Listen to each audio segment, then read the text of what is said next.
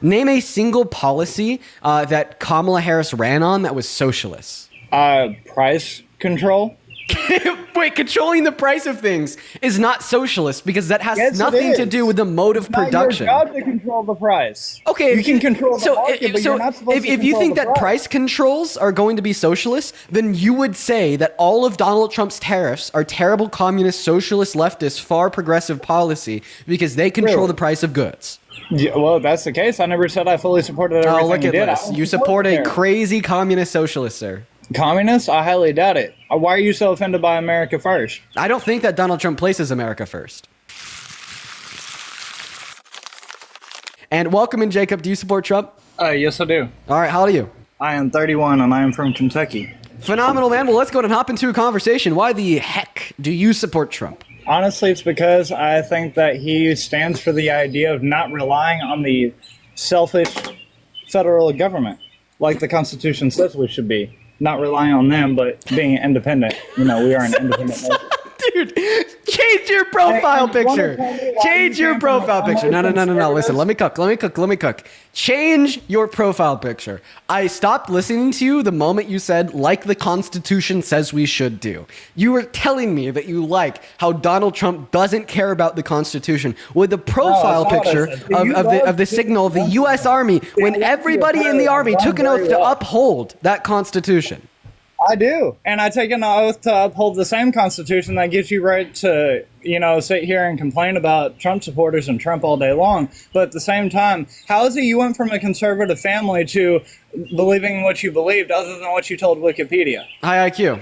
No, I'm just kidding. High IQ, really? Actually, sorry, man. There's a little bit of a joke. I'll expand further upon that. Education. Now, just critically thinking, using my brain, being exposed to ideas that I hadn't known prior, and seeing that they had good reason to justify them. I just have a hard time believing that in the 4 years you've been in the adult world, you learned something. I haven't even been in the adult year. I haven't even been in the adult year for 4 years. I'm 20. I've been in the adult world for 2 years. However long you've been in. So let me ask you a question. Yeah. You honestly think that the federal government is there to bend at our every whim?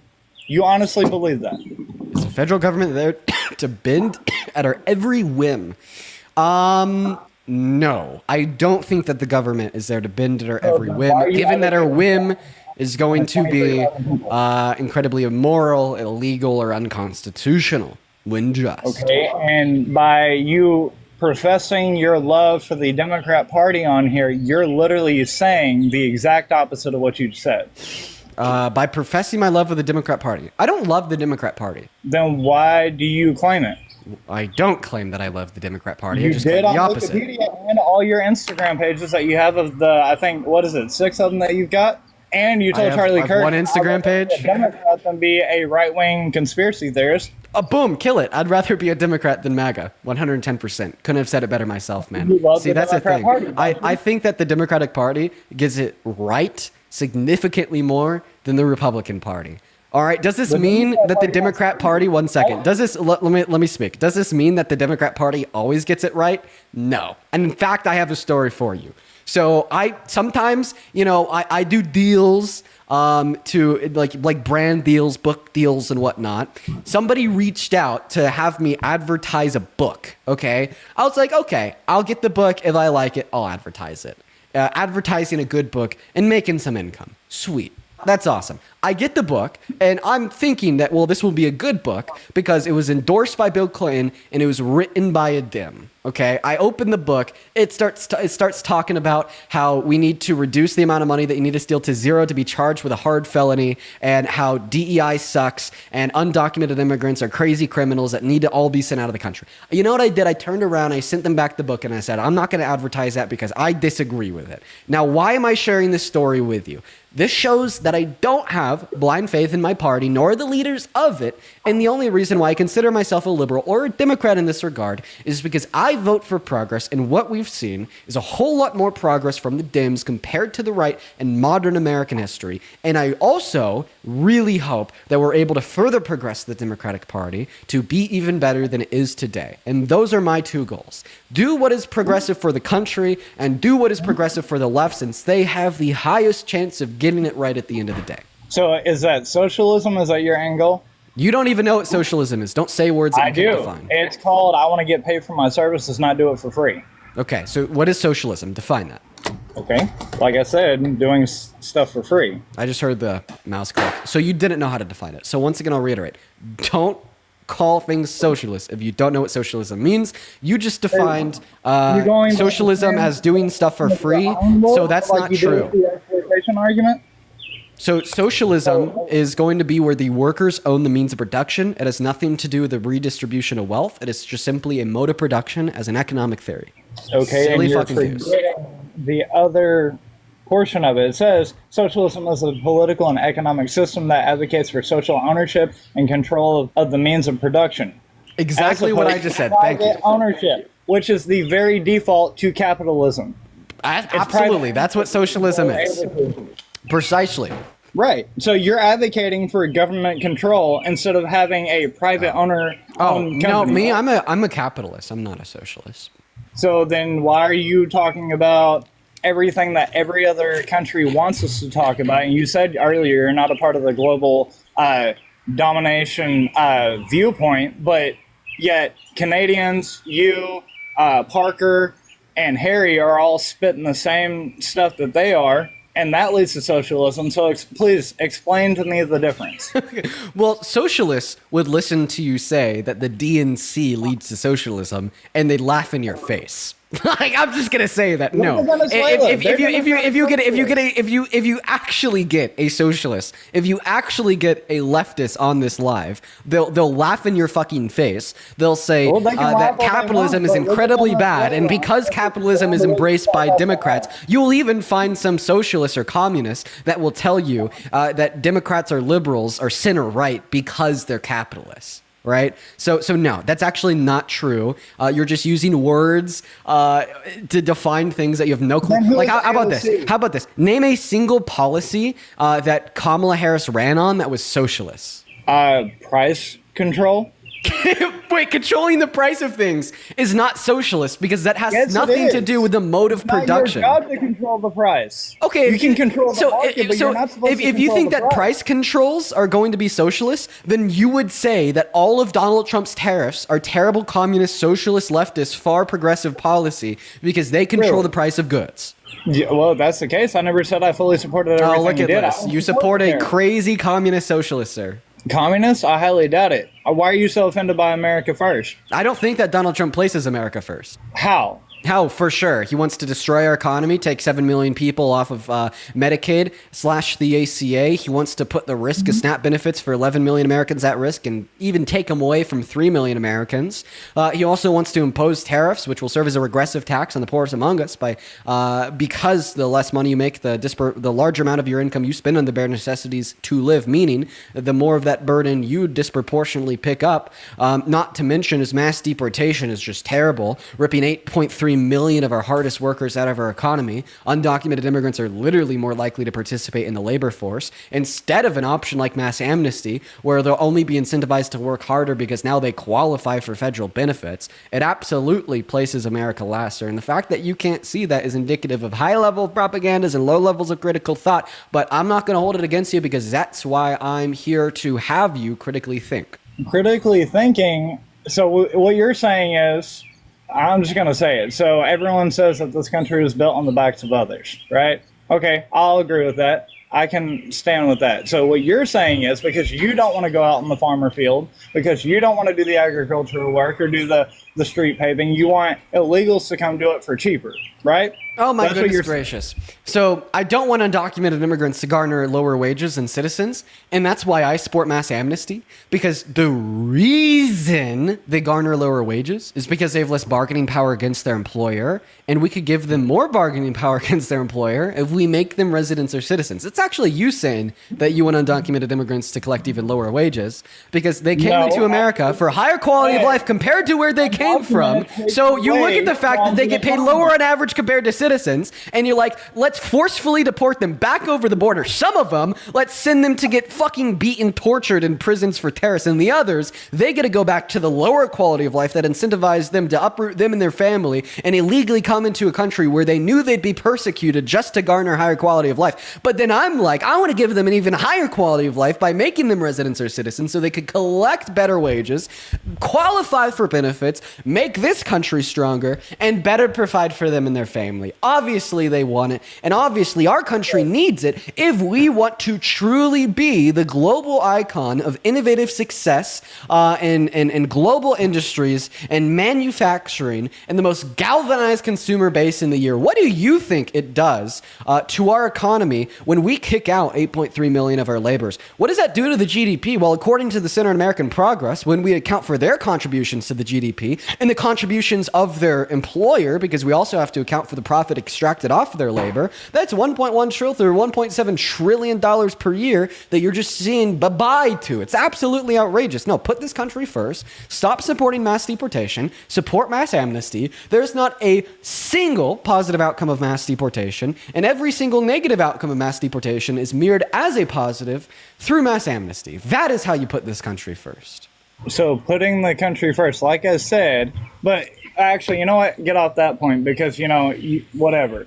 You're not going to see it. You do this to do that, right? So I've said it better myself. You just said do that. Undocumented, absolutely. Coming across the border to live here, work here, give them mass amnesty. Well, what do they need amnesty from? I thought no one was above the law. Isn't that what y'all said a year ago when Trump was being convicted of all the felonies?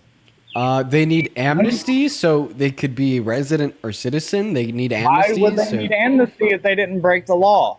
They did. They committed a misdemeanor offense when they entered into this country illegally. So no one is above the law, right, Dean? Isn't that what you said? No one is above the law. Why does Trump get a scapegoat? Because he's president of the United States. So when we say that no one's above the law, I mean, I've never used those words. What I say and said is that no one's above any law that is just. But obviously, I think that there's a lot of laws that exist that are unjust. Like, for instance, like during American slavery, there was an amendment to the Constitution, the Fugitive Slave Clause, that required you to return an escaped enslaved individual if you happen to come across one to their captor. If we want to uphold this message that no one's above the law, well, I guess that, we'd say that you'd be compelled to return that escaped enslaved individual. I don't agree with that. But as it applies to like undocumented entry into this country, I mean, I think that I could say no one's above the law, and that's why we need to do mass amnesty to change the law. So again, you're doing exactly what you fought against for years, or for the last year on here, and I've watched you. And honestly, I'll give it to you. I'll admit, no, because allowing Trump to break the law only generates negative outcomes for this country. Allowing undocumented immigrants citizenship by amending the law only. On the J6 case. Okay, it's no different. Allowing Trump to break the law only generates negative outcomes for this country. Allowing undocumented immigrants residents here. Allow me to finish. Can you allow me to finish speaking? You are interrupting me. Allowing Trump to break the law only generates negative outcomes for this country. Allowing undocumented immigrants to become residents or citizens by amending the law only generates positive outcomes for this country. When we're talking about the efficacy of the implementation of a law or enforcement of a law, we're going to be doing so based upon the outcomes that that law would generate.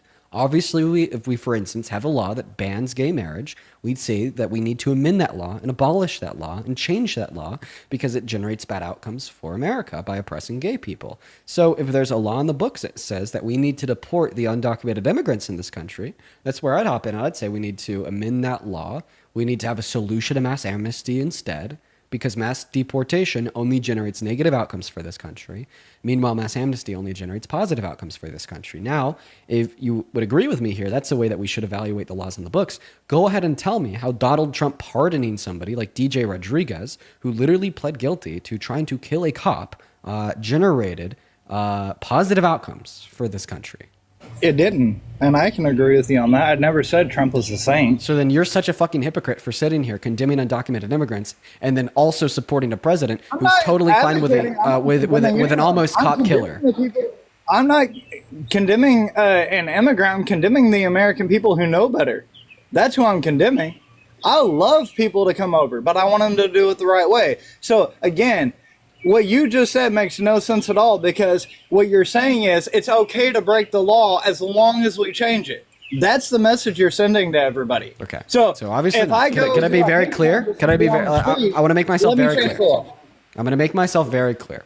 So with undocumented immigration into the country, I disagree with undocumented entry. I think it's bad for reasons of national security, but more so, I think that it's bad for the reason that our government is ultimately culpable for the undocumented entry into this country, because they're the ones that created the incentive. Why do you think there's millions of people that have chose to come into this country with the use of undocumented means in the last 20 years? Is it because they're these crazy criminals? No, they don't want to be undocumented immigrants. They don't want to not be eligible to get a driver's license. They don't want to not be eligible to have to work a job and pay taxes and not be able to file for a tax return or qualify for Medicaid, Medicare, Social Security. So why have so many people done it?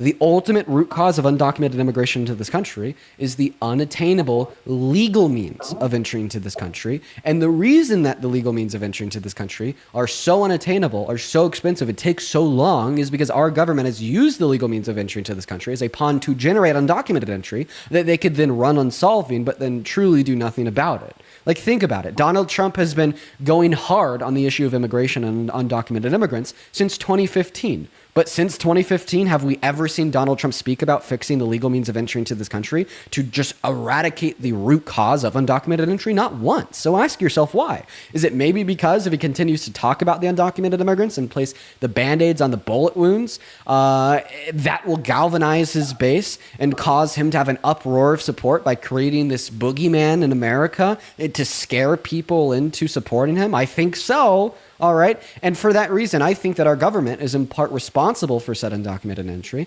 which also means that our government is in part responsible for fixing said undocumented entry, as well as applying a solution that is best fit for this country, us and the immigrants. And that solution is mass amnesty.